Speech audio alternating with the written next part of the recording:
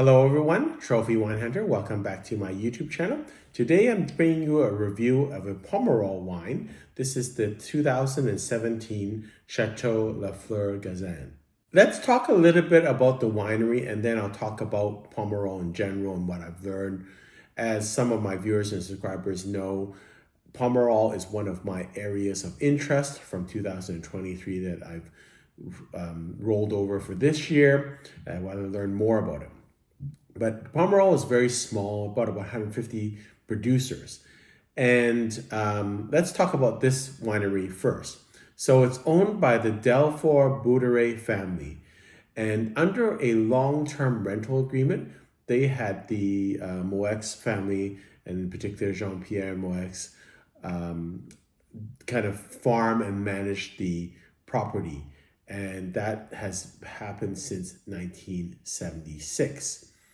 And if you recall my previous video on my primer on the Pomerol region, the Moueix family is really synonymous with bringing up the significance of the region of Pomerol. So they have a really important part and they're really Pomerol experts in a way. So they have been involved in this winery since 1976, but in 2021, they actually purchased it. So I think that's a good sign for this winery. It sits actually at the border, I think, on the eastern border of Pomerol. And if you look at a map of Pomerol, there is on the eastern part of it, a part called the Pomerol Plateau. And those are generally where the best wineries are, including La Fleur and Château. And why that is important is a couple of things. One, there's a blue clay buttonhole, which is primarily located at Château, but also the soil there is either gravel or clay. Clay is very good growth for Merlot grapes, and gravel can be good for Cabernet Franc and Merlot. Once you slope past that plateau, it's mostly sandy soil, and sandy soil, generally speaking, doesn't allow grapes, Merlot grapes in particular, to grow as complex. And so generally speaking, those would be lighter wines. Why am I saying all of this? Well, you'll kind of understand as I talk a little bit about this winery. So the winery itself is about 8.5 hectares, not very large. It's planted 85% Merlot and 15% Cabernet Franc, although they would like to reduce the Cabernet Franc in the vineyard. About 3,500 cases of the wine is produced. So it is on the northeast edge of the plateau, and the name is derived from its location. So it is between Chateau La Fleur and Chateau Gazin. So it's called Chateau La Fleur Gazin because that's the location. And one of the mistakes that I've made, which I now understand after doing my video about Lagarme's Haut-Brion, is that a lot of times we'll think as wine consumers, well, if I've got really good wineries nearby, it must be also, I'm going to get a steal. And that's what I thought for a long time. I'm going to be smarter than everyone else. I'm just going to buy all the wineries that are close by to great wineries. And I still hear that often when people talk about up and coming wineries. Hey, this winery is close to that. Now I've actually realized that that is probably a myth because there's so much intricacy and so much distinctiveness of each place that it is possible, and many times it is true, that wineries next to each other do not have the same soils and do not have the same climate conditions. And so you really have to know the topography to actually say whether that is a good deal or not. And generally speaking, good deals or finds are not, there's lots of smart people in the world. So including a lot of investors who spend a lot of money and a lot of wine auction houses. So generally speaking, we're not going to be able to outsmart these people in terms of knowledge. And so, in that sense, it is you usually don't get undiscovered wineries in these days anymore, not as much because there's so much information out there. Why am I saying this is because historically, La Fleur Gazin has always been in critics' mind a little bit underperforming. And I think Robert Parker was one that said he never could understand why this winery never produced the same quality as its neighbors.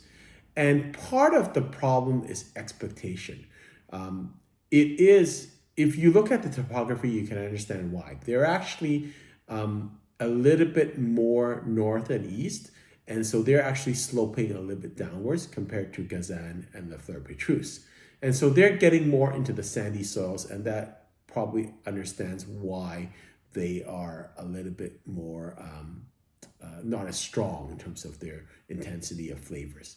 Just because it's called La Fleur Gazin doesn't mean it's similar to Chateau Gazin or similar to La Fleur-Pétrus. And I think that kind of the name and the location gives you a wrong impression. So you should just forget about where it's located, forget about its name. Just say it's a wine in Pomerol. What do you think? And I think that would be better in terms of understanding the wine. And sometimes in this situation, the name and its location gives you the wrong impression of the wine. And the expectation is that it should be tasting like a Chateau Gazin or Chateau La Fleur Pétrus. And those are two wines that, in my opinion, are the quality is much, much better, and for various reasons, but one of them is the soil, and the topography is much more favorable for these wineries. Although I think it's a good thing that the Moueix family has now purchased the winery, I think they will make more improvements, but they've had management control of this winery since 1976. So if they were going to make improvements, they would have done it already. Maybe they can do more because now they have ownership and they have more money to put into it. But I don't expect this winery to be substantially different. I think it will improve. It is going to be on the lighter style of Pomerol wines. The vineyards are planted on soils varying from gravel to clay to silt. And so that's, I think, when you talk about silt, that is not as good the soil. That's probably not the most preferable soil that you want for Merlot. The wines are aged 16 to 18 months in French barrels, 30 to 40% new. And again, from a consumer perspective, when I hear 30 to 40% new, that means that perhaps the intensity of the grapes isn't that high and they cannot take 100% oak. For the vintage of the 2017 vintage, it was 100% made from Merlot grapes. So as I said, this is on the lighter style of Pomerol wines. You're not going to have the impactful power or the strength of La Fleur Pétrus or Chateau Gazin. So again, the name kind of tricks you a little bit, and it's not really fair to the wine. It should be judged in that sense. And again, I've been tricked like this because it's way, way cheaper than Chateau Gazin, and Chateau La Fleur Pétrus probably half the price or a third of the price. So you're thinking I'm getting a steal. But, you know, it does, I think, you can see the quality difference and understand the difference in price when you drink the wine. Not a bad thing. Again, you judge wines for what they are, but again, don't expect this to be at the same level as Chateau Gazin or La Fleur Pétrus. I think that's a real stretch. But on the good side is that it is going to drink a little bit earlier. Now, 2017 was probably not the best vintage in the world, and I've done extensive tastings of the 2017 vintage. I don't know why I bought so much of it. Maybe it's because I was just starting my channel and that was the year it came out. But my general impressions of the 2017 vintages, although they're lovely wines to drink and they're very affordable, they're not going to be really lasting for a long time. And I would say it's slightly atypical. So if you don't like the wine of a certain winery from 2017. I would give some of the other wine vintages a try. I wouldn't close the book on that wine. I mean, it would probably tell you something about the wine, but I wouldn't say that that is the prototypical example of a great vintage of that wine, or a classic example of that wine. So maybe you want to try another vintage also. Let's look at the cork. So here it is, Chateau La Fleur Gazin, 2017. Cork is okay, it's a reasonable shape. This is the bottle.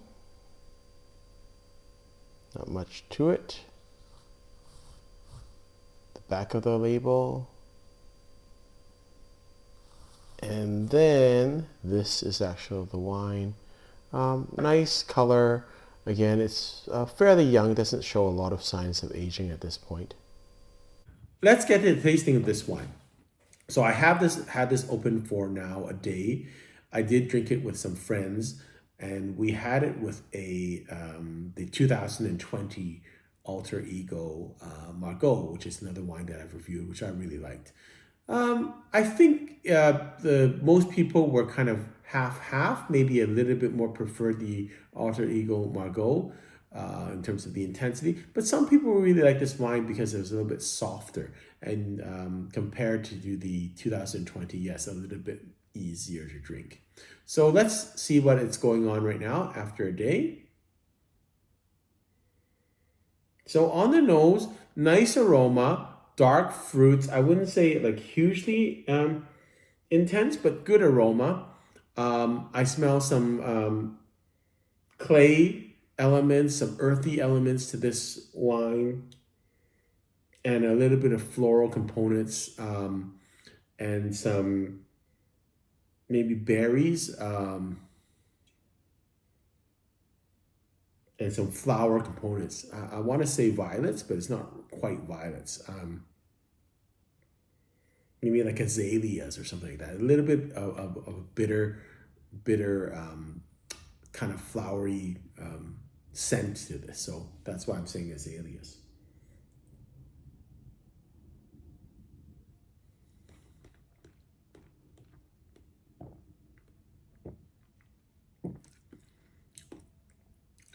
So on the taste, very Merlot-esque, dark fruits, black plums, a little bit of cassis, blackberries, and then a chocolatey, smooth aftertaste.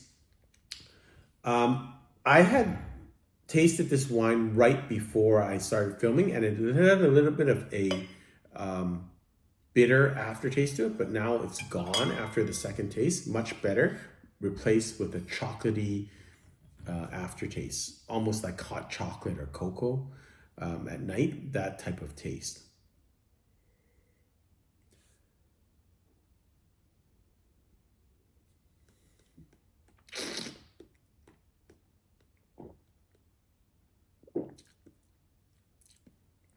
Yeah, it does taste like chocolate, like hot chocolate, kind of the aftertaste. I wouldn't say it's exceptionally long, the aftertaste. I'd say it's medium bodied, very easy to drink. And as you get to the aftertaste, you do get a little bit of burnt toast or charred toast or charred woody kind of taste to it. I don't think it's unpleasant, but a little bit of smokiness to it, which I quite like. It's quite a nice wine. I don't think it's going to knock your socks off. And again, maybe it's the vintage. So I think the wine spectator rating, I'll have it in the comment section, is 90 or 91 points. It's very close to that. I'm kind of hovering between 89 and 90 points. I'm going to say 90 points on this wine. It is a decent Pomerol wine, and I think it's a really good entry point for Pomerol.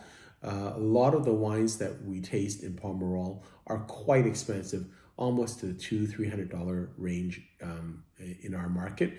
This one, I think, and again, I'll have it on the comment section. I think I bought it for like $62 or $70, so not too bad. It's quite a good deal. It always drinks. The Fleur Gazin to me always drinks quite nicely. It's never really bad, but it's never really shockingly good. So it's a very safe wine. It's a good entry point to Pomerol and good, decent quality. Hope you've enjoyed this video. Until next time, happy drinking.